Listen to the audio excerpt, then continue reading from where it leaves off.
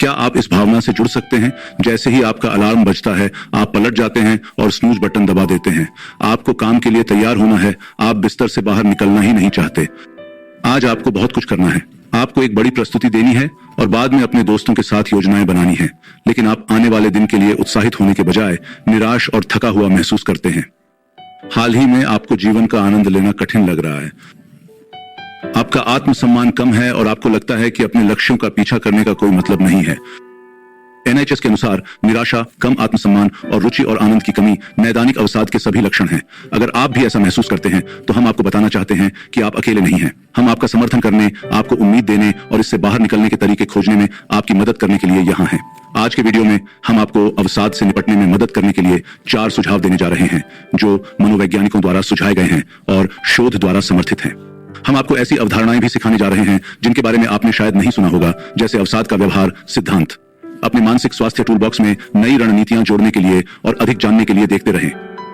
America के चिंता और अवसाद एसोसिएशन के अनुसार छोटे प्राप्त करने योग्य लक्ष्य निर्धारित करना और अपनी छोटी छोटी जीत का जश्न मनाना भी अवसाद से निपटने में मदद कर सकता है। आप इसे अपने रोजमर्रा के जीवन में कैसे लागू कर सकते हैं? कल्पना करें कि आपको कोई स्कूल असाइनमेंट या कोई कार्य प्रोजेक्ट पूरा करना है। एक साथ पूरा काम करना बहुत मुश्किल लग सकता है। इस प्रोजेक्ट को पूरा करने का सिर्फ एक बड़ा लक्ष्य निर्धारित करने के बजाय इस दौरान छोटे छोटे लक्ष्य निर्धारित करें। पहला चरण परिचय लिखना हो सकता है, दूसरा चरण पृष्ठभूमि अनुसंधान करना हो सकता है, इत्यादि। इनमें से प्रत्येक चरण को सफलतापूर्वक पूरा करने से आपको गति बनाने में मदद मिलेगी और आप इस बात को लेकर अधिक आश्वस्त महसूस करेंगे कि आप प्रोजेक्ट को पूरा करने के अपने बड़े लक्ष्य को प्राप्त कर सकते हैं। यह एक उदाहरण है कि आप किस तरह से महारत की भावना विकसित कर सकते हैं।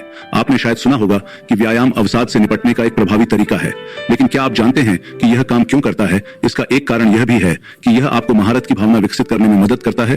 टेक्सास विश्वविद्यालय MD एंडरसन कैंसर सेंटर में मनोचिकित्सा विभाग के अध्यक्ष डॉक्टर एलन वैलेंटाइन अपने अवसादग्रस्त रोगियों को व्यायाम करने की सलाह देते हैं, क्योंकि यह उपलब्धि की भावना प्रदान करके अवसाद से निपटने में मदद करता है।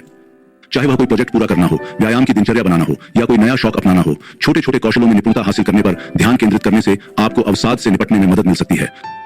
फ्रंटियर्स इन ह्यूमन न्यूरोसाइंस में प्रकाशित एक लेख के अनुसार अवसाद से पीड़ित लोग नकारात्मक अनुभवों के बारे में बहुत अधिक सोचते हैं, जिससे उनके लक्षण और भी खराब हो सकते हैं। बहुत अधिक बार सोचना आपको नीचे की ओर ले जा सकता है, खासकर अगर आप उदास हैं। क्या आप अक्सर खुद को नकारात्मक विचारों के जाल में फंसा हुआ पाते हैं? मनोवैज्ञानिक एलिसिया क्लार्क नकारात्मक चिंतन को रोकने और अपनी मानसिकता बदलने के लिए कृतज्ञता का उपयोग करने का सुझाव देते हैं। आइए हम सब मिलकर डॉक्टर क्लार्क के आभार अभ्यास को आजमाएं। 3 ऐसी चीजों के बारे में सोचें जिनके लिए आप अभी आभारी हैं, चाहे वे कितनी भी छोटी क्यों न हो। यह कोई दोस्त हो सकता है, आज हुई ऐसी बात जिससे आपको खुशी महसूस हुई हो, इस बात कि ये चीजें या लोग आपको कैसा महसूस कराते हैं। अगली बार जब आप खुद को किसी नकारात्मक चीज के बारे में सोचते हुए पाएं तो रुकें और 3 ऐसी चीजें लिखें जिनके लिए आप आभारी हैं। डिप्रेशन का व्यवहार सिद्धांत। टॉकस्पेस में एक चिकित्सक मेगन राइस का कहना है कि डिप्रेशन से निपटने का एक तरीका अपनी दिनचर्या में पुरस्कार जोड़ना है। यह तकनीक डिप्रेशन के व्यवहार सिद्धांत पर आधारित है। मेडिकल इंटरनेट शोध लेखों की एक पत्रिका में कहा गया है कि व्यवहार थेरेपी के अनुसार ऐसी गतिविधियां करना जो आपके लिए महत्वपूर्ण हैं और पुरस्कृत महसूस करती हैं, जैसे प्रियजनों के साथ समय बिताना या कोई नया शौक अपनाना, डिप्रेशन से निपटने का एक महत्वपूर्ण हिस्सा है।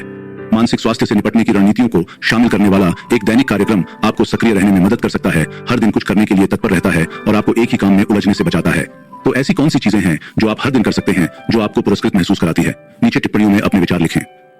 चुनौती विकृतियां, संज्ञानात्मक विकृतियां नकारात्मक मान्यताएं हैं जो वास्तविकता पर आधारित नहीं होती।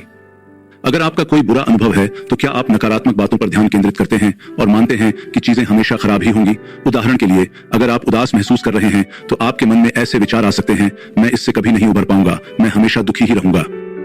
यह अति सामान्यकरण नामक संज्ञानात्मक विकृति का एक उदाहरण है। ब्लैक और उनके साथियों द्वारा 2018 में किए गए एक अध्ययन में पाया गया कि अवसाद से पीड़ित लोगों में अवसाद से पीड़ित लोगों की तुलना में अधिक संज्ञानात्मक विकृतियां होती हैं। साइक सेंट्रल के अनुसार संज्ञानात्मक विकृतियों को चुनौती देने का एक प्रभावी तरीका एक विचार लॉग बनाना है। अपना खुद का विचार लॉग बनाने के लिए अपनी परिस्थितियों को लिखकर शुरू करें। फिर आप जो कुछ भी महसूस कर रहे हैं और सोच रहे हैं उसे लिखें। इसके बाद निम्नलिखित प्रश्नों के उत्तर लिखें।